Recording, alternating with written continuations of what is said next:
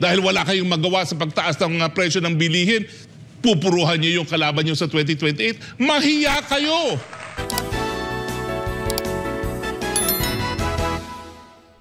Hindi pa po natatapyas ang confidential fund. Bakit po? Ang pinasa ng mababang kapulungan ay isang panukalang batas na naroon pa rin ang confidential fund ni Vice President Sara Duterte. Nandun pa rin ang 2.2 billion confidential fund ng Presidente at 2.2 billion intelligence fund ng Presidente at meron ding extraordinary expenses at nandun din yung 1.6 billion na confidential and extraordinary expenses ng Kamara at meron ding 331 million ang mga senador. Naipasa na po yan ng mababang kapulungan. Yung sinasabi nila ay yan yung magiging rekomendasyon ng small committee nila pagdating sa bicameral conference committee amendments. So mali po yung sinasabi nila na tinanggal na ng Kamara dahil hindi po tayo parliament. Tayo po ay bicameral. Kinakailangan magpasa ng bersyon ng Senado at uupo ngayon ang dalawang kapulungan sa bicameral conference para i-reconcile ang magkaiba nilang mga provision na pinasang panukalang batas. So, yung mga nakaupo po dyan sa small committee, gaya ni Congressman Kimbo, hindi po tayo parliamentary government. Huwag po kayo magsalita na parang kayo na ang magdedesisyon. Ang obligasyon po ng mayorya, ipasa ang budget na hiningi ng Presidente dahil kayo po ay kaalyado ng administrasyon. Hindi nyo po katungkulan na baguhin ang hinihinging budget ng Presidente. Kaya nga po ang tradisyon dyan sa Kamara at ako po ay naging Deputy Minority Leader. Pagdating sa budget, ang pwede lang magtanong minorya. Dahil bakit ko questionin na makakakampi ng administrasyon ang budget na hinihingi mismo ng Presidente? O bakit tayo tumaliwas sa tradisyon? Dahil binabanatan po ni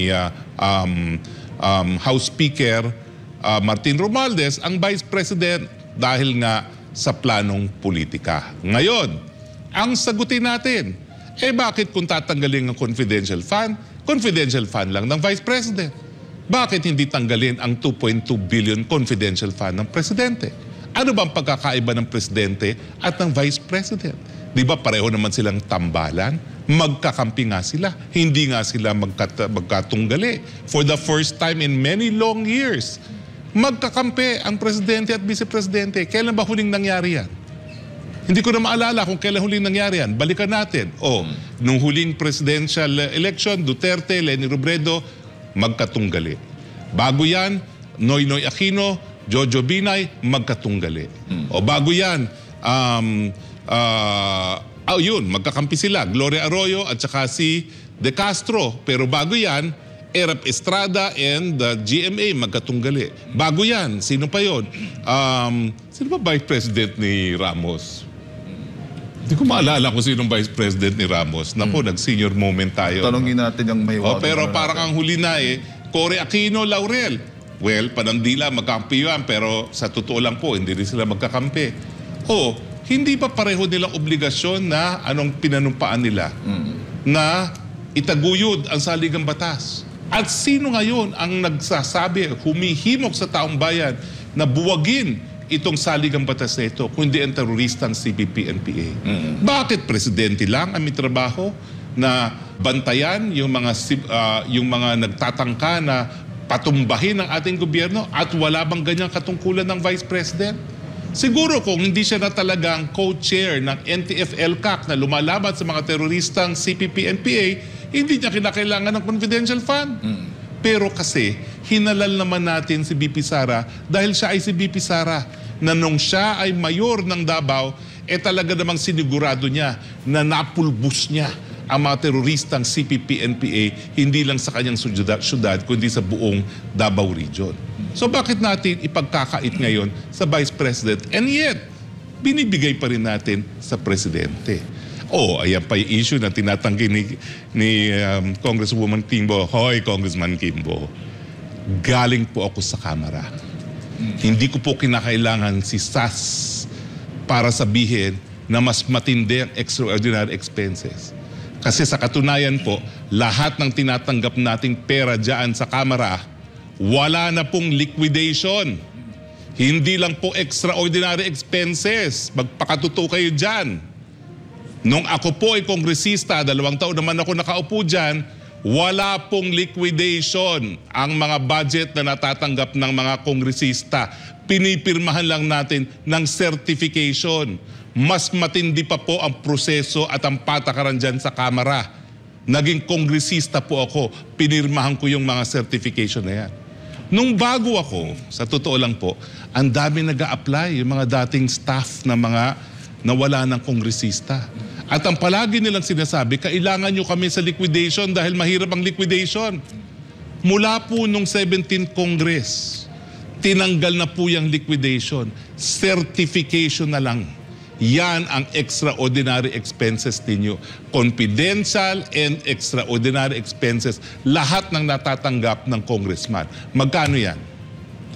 Nung panahon ko po, kasama ang sweldo, 700,000 a month. O, kasama na lahat yan. Supplies, travel. Pero actually, may mga itemized lang yan. Ang katotohanan yan, binibigay ang bumbuo cash. Pipirmahan mo lang ang certification na ginastos mo yan. Wala nang kinakailangan pa. Wala nang liquidation. Nagulat ako kasi nga, nung nandun ako bago, nung mga unang araw ko, awawan namin nagsasubmit ng resume, ang palagi nilang sinasabi, sanay kami mag-liquidate. Tinanggal na po lahat yun mula nung 17th Congress. Lahat po ngayon, confidential fund, lahat yan, miscellaneous expenses sa Kamara.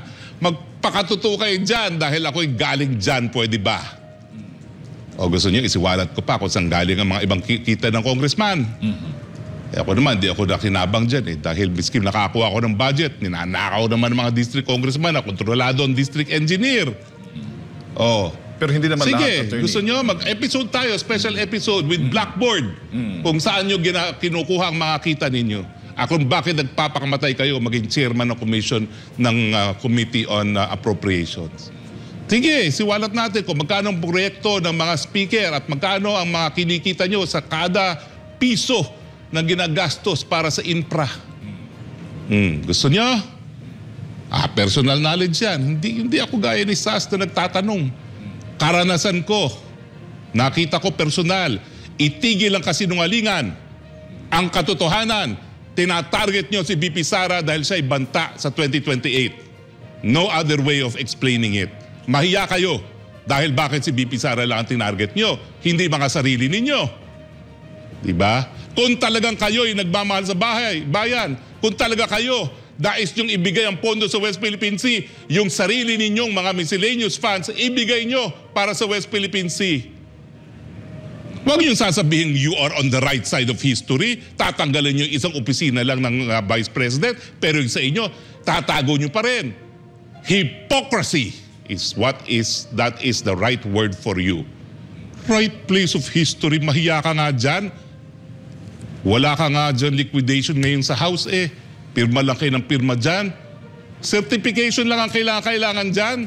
Tapos, ang gagaling, we are on the right side of history. Anong right side of history? Parang mali ang history alam mo. Sige kayo. Huwag niyo akong hamunin. Ako nakikisama. Dahil minsan nga ako naging, yan ang kultura dyan Makisama ka, kaya tahimik ka dyan. Pero, huwag kayong magsisinungaling. At huwag nyo kayong asahan na mananahimik yung mga taong nakakaalam talaga kung anong patakaran dyan sa House. Magpakatotoo po tayo lahat. Lahat kayo, kailangan nyo niyang confidential fund. Bakit? Lahat kayo mga politiko namimigay na kung ano-anong pera kung kani-kanino. Pipilayin nyo lang yung kalaban, kaya tatanggalan ninyo. Pero at least si BP Sara, wala pong aligasyon yan na magarbong buhay. Ang bahay niya sa Maynila, inuupahan. Wala namang aligasyon na meron siya mga magarbong bahay. Wala man lang nagsasabi na kinukurakot niya. Kayo, gusto niyo ba mga congressman? Siwalat natin lahat. Tigil po ang hypocrisy. Magpakatotoo kayo lahat dyan.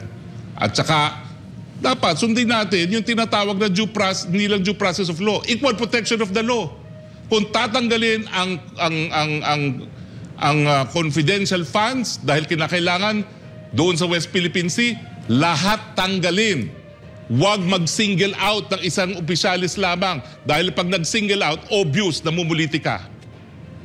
At pwede ba, sa panahon na pumutok na naman ang labanan sa Israel at Middle East, na alam natin na baka magdoble na naman ang presyo ng gasolina dahil dyan, itigil na muna yung pamumuliti ka.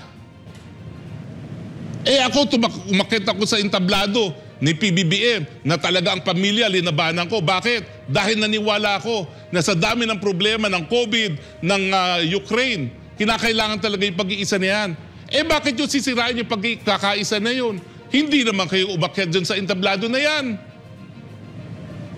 Itigil yan, mahiya kayo. Sa panahon na ang daming paghamon, uunahin nyo ang inyong mga personal na ambisyon. Nasaan ang kaluluwa ninyo? Meanwhile, pwedeng magdoble na naman ang presyo ng gasolina.